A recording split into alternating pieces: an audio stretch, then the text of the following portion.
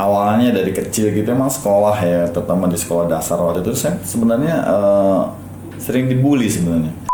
1 lawan 1 pernah, dikeroyok 1 lawan 2 pernah. Orang dengan dua latar belakang berbeda itu dipertemukan di suatu kerangkeng kemudian diadu. Selamat datang di channel YouTube gua. Zenwalk Adi Haryanto. Oke, hari ini kita kedatangan tamu yang cukup luar biasa. Beliau adalah seorang legend, pendidik, pelatih, dan juga mentor para fighter di Indonesia. Siapakah beliau? Lihat di profilnya. Saya abdi negara, mendidik anak bangsa untuk menjadi generasi yang hebat dan kuat. Karena sesungguhnya hidup adalah sebuah pertarungan.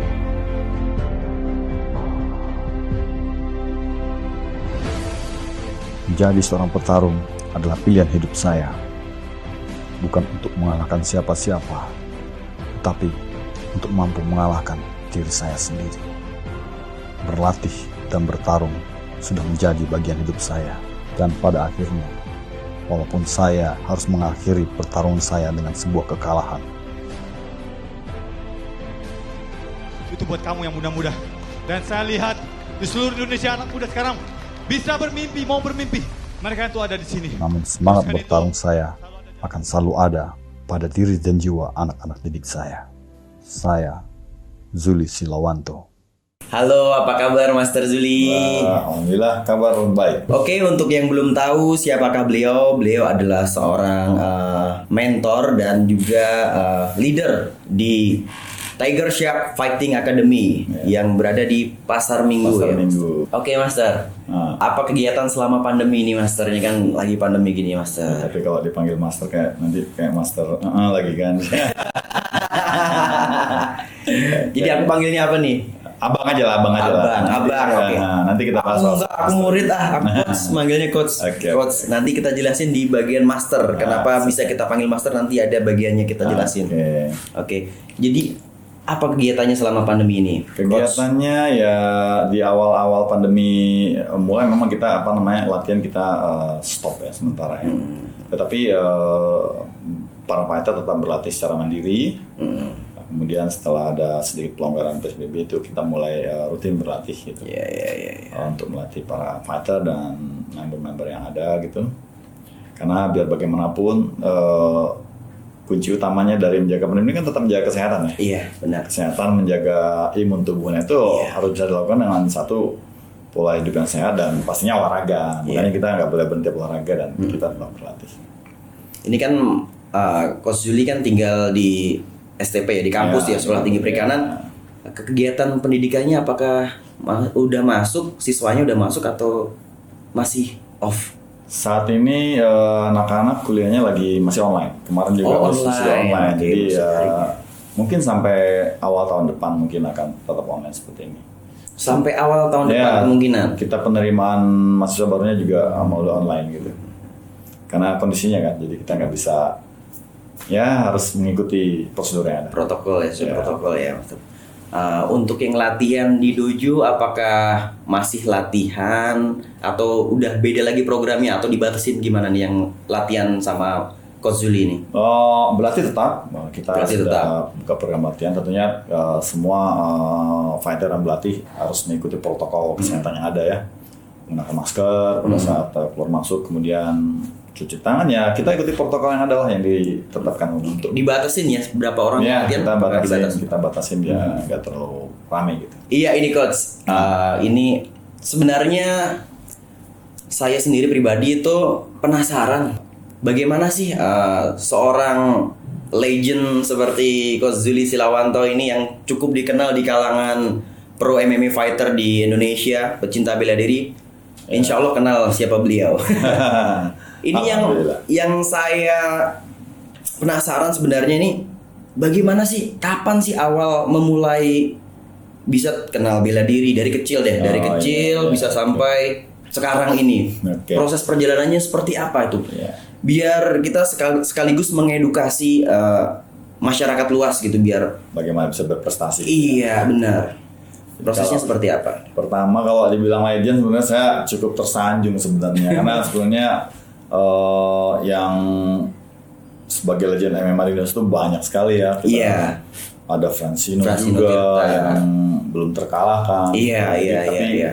ya saya tetap menghargai lah apapun sebutannya yang diberikan, ya. Jadi saya akan bercerita sedikit ya Iya. tentang pengalaman kok bisa tiba-tiba jadi petarung profesional ya. Jadi dulu memang waktu awalnya dari kecil gitu emang sekolah ya, terutama di sekolah dasar waktu itu saya sebenarnya sering dibully sebenarnya. Karena kebetulan sekolahnya tuh di dekat pasar gitu ya. Nah, Sekarang SD ya. apakah ada yang berani ngebully beliau? Jadi apa namanya?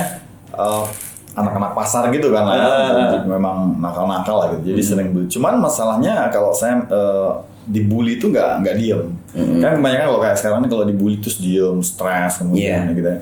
Kalau pada masa itu kalau saya dibully saya melawan gitu. Jadi Itu waktu kelas berapa? itu dari mulai SD dari kecil lah, dari mulai awas masuk SD lah gitu. Oh, awal-awal SD. Iya, dari mulai awas tuh udah dibully tuh sama teman-teman gitu.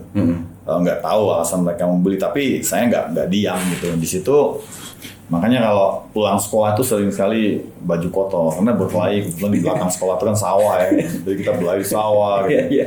Hampir setiap hari berkelahi. Dibully tapi melawan. Melawan, iya, Walaupun melawan. nggak Saya punya basic bela diri nggak waktu punya itu. bela diri, saya nggak Oke. diam gitu. Kemudian pernah satu kali juga saya dibully ketika upacara sebenarnya, upacara bendera. Upacara dibully. Ibu kepala sekolah lagi di depan gitu. Nah ini di barisan sebelah ngeledek-ngeledek saya samperin tuh. Lagi upacara, saya samperin, kita bergulat di situ. Nah, jadi dulu itu sebenarnya ground fighting sudah bukan hal yang aneh buat saya. Jadi kita waktu itu berantem, bok ujungnya di bawah gulat. Nah, Lagi gitu. upacara itu. Iya lagi upacara gue makanya akhirnya orang tua dipanggil gitu ya. Karena kondisi seperti itu sempat pindah sekolah saya, pindah sekolah ke SD yang dekat rumah gitu. Nah sebenarnya di situ awal mulanya. Waktu dibully itu apakah 1 lawan 1 atau dikeroyok, Master Zuli? 1 lawan 1 pernah, dikeroyok 1 lawan 2 pernah. Gitu, Oke. kan. Yang di upacara bendera itu? Yang di upacara 1 lawan 1. 1 lawan 1. Saya samperin, saking keselnya, saya keselin. Diledek-ledekin. Lagi upacara, saya deketin, langsung saya hajar, langsung banting bawah jadi. Itu pas upacara itu hasilnya. Hati-hati Akhirnya, sama ledek-ledek. Kemudian Masih ingat gak orangnya siapa tuh? masih ingat. Masih ingat? Masih hidup beliau? Masih hidup Bang. Oh. Mungkin Kebayang nih kalau ketemu. dia nonton mungkin dia juga lucu. Tapi akhirnya itu jadi teman akrab semua ya. Iya, iya. Sampai SMP juga saya masih dibully. SMP juga kebetulan sekolahnya nggak jauh dari sekolah saya yang pertama itu. Nah itu jadi ini SMP swasta, saya SMP negeri sana. Jadi kalau pulang tuh lewatnya pasti Ngelewatin. SMP swasta yang dekat pasar itu ya. Nah di situ juga beberapa siswa SMP sana tuh saya nggak tahu ya apa sih yang menarik dari saya tuh kok mereka tuh pengen banget ngebully gitu ya. Jadi setiap saya pulang sekolah tuh saya cegat itu, dicegat gitu kan. Tapi saya juga gitu melawan gitu. Nah pada suatu ketika memang ini kayaknya nggak bisa dibiarin. Jadi saya waktu itu kan zaman film-filmnya Bruce Lee gitu ya bermain double stick. Oke, zaman-zamannya Bruce Lee. Iya. Waktu zaman beliau kecil ini motivasinya Bruce Lee ya? Iya betul. Itu Zamannya Bruce Lee. Jadi ketika nonton Bruce Lee permainan double stick ya saya ingat banget. double Nah, stick. kita kan belum tahu ya beli double stick di mana. Waktu di kecil mana aku caranya. manggilnya Ruyung. Ruyung ya, orang kalau Jawa. di sana sebutnya Ruyung. Ruyung orang Jawa. Itu saya bikin loh. Bikin. Sampai saya ngambil apa namanya pohon jambu gitu, saya potong jadi 2, kemudian saya pasang skrup yang ada kupingnya itu, karena gak ada rantai saya pakai tali, itu saya bawa sekolah, karena seringnya saya pulang cegat.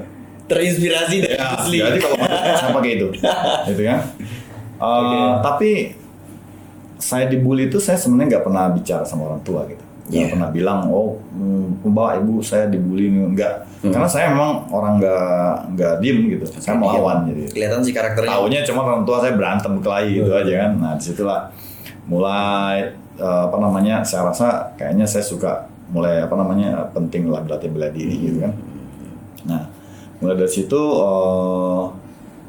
awalnya ngeliat kakak nih dulu di komplek tuh ada namanya pelatih kungfu, di kungfu Shaolin ya. Kakak kandung sama pelatih teman-temannya. pelatih kungfu. Bukan, dia berlatih sama teman-temannya. Kebetulan pelatih dia berlatih kungfu Shaolin itu setiap malam. Terus setiap malam saya ngeliat. Jadi meskipun saya belum boleh ke berlatih karena masih kecil kan. Masih kecil Saya melihat kerasnya mereka berlatih sampai pakai drum dikasih pasir terus kemudian dibakar. Bakar. Oh, itu saya lihat sendiri Aku mereka pernah latihan juga gitu. dengar kisah seperti itu Ya, pelatih terus zaman dulu. latihan adu tangan, tak. Nah, saya selalu nongkrong. Jadi pada saat latihan mereka tuh saya selalu lihat. Di situ saya mulai terinspirasi juga karena kungfu nih, Bruce Lee juga kan.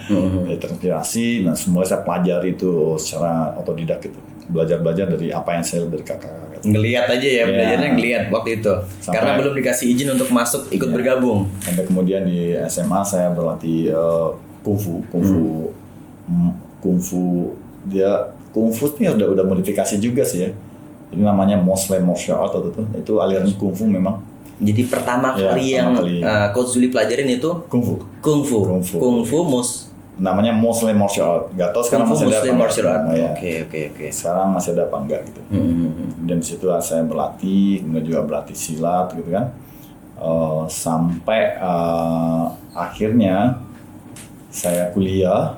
Nah, kuliah dan saya menemukan sebuah perguruan bela diri yang baru. Namanya UC Kaindo. UC Kaindo. Gitu. Karena sebelumnya saya juga kan sedikit sedikit belajar karate gitu, tapi nggak sampai matang banget. Tapi saya pelajari semua, meskipun nggak banyak, sedikit sedikit. Jadi kalau saya sistemnya gini, yang saya pelajari adalah basicnya. Gua main silat, basicnya apa sih silat itu? Karate, basicnya seperti apa itu yang pelajari. Nah, sampai ketemu di UC Kaindo ini, karena memang waktu itu kegiatannya wajib juga ya, waktu saya masuk kan sekolahnya di asrama, wajib juga, saya ikutin aja. Oh, di asrama. Emang Iya, kuliahnya di mana? Saya masih di Coach Zuli sama dulu? di waktu itu Sekolah Tinggi Perikanan. Sekolah Di Tinggi tempat Perikanan. Coach Zuli sekarang juga jadi Ya, dosen di ya. Sekolah Tinggi Perikanan. Ya, Jadi jadi kenapa nggak kemana-mana gitu. Kemana-mana. Iya. Dari beliau mengawalin karir, ternyata ya masih di situ. Dari Ya. beliau serius di bela diri sampai sekarang beliau masih di situ di Sekolah Tinggi Perikanan Dari situlah, Jakarta. dari situlah awalnya karir prestasi bela diri saya. Masuk di Kaindo, kemudian saya berlatih di situ saya menemukan apa yang selama ini beberapa bela diri yang saya coba-coba pelajari teknik-tekniknya, kok ketemu di Kaindo tuh lebih dapat gitu. Karena Kaindo tuh kan basicnya sih bela dirinya campuran dari beberapa aliran. Oke, gitu. mix. Kuatnya sih dia di karatenya. kuatnya. Karate, oke, basic dasarnya karate. Kuat. Ada silatnya juga. Kan. Nah, kemudian setelah saya berlatih, kemudian saya menekuni silat tanding di bawah perguruan Popor Sakti. Nah, saya Perguruan? Popor Sakti. Popor Sakti. Masih bagian Itu dari awal mula mau bertanding ya? Ya, itu saya bertanding silat dulu. Oke. Waktu kuliah. Pertama kali fight silat. Nah, silat. Oke. Saya bertanding silat. Saya sempat mewakili Jakarta Selatan. Jakarta Selatan. Tapi karirnya sih nggak begitu baik. Ya paling juara 3, juara 2 dapat lah gitu kan.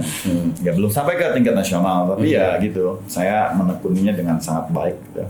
Sehingga saya Serius. Ya yang penting kan bagaimana kita menguasai basic satu bela diri itu dengan baik gitu. Sehingga nanti pengembangannya akan lebih enak ke depannya gitu. Sampai pada tahun 2002 ya. 2002 itu saya sudah bekerja itu. Itu mulai tayanglah UFC di salah satu televisi swasta, TPI zaman itu ya.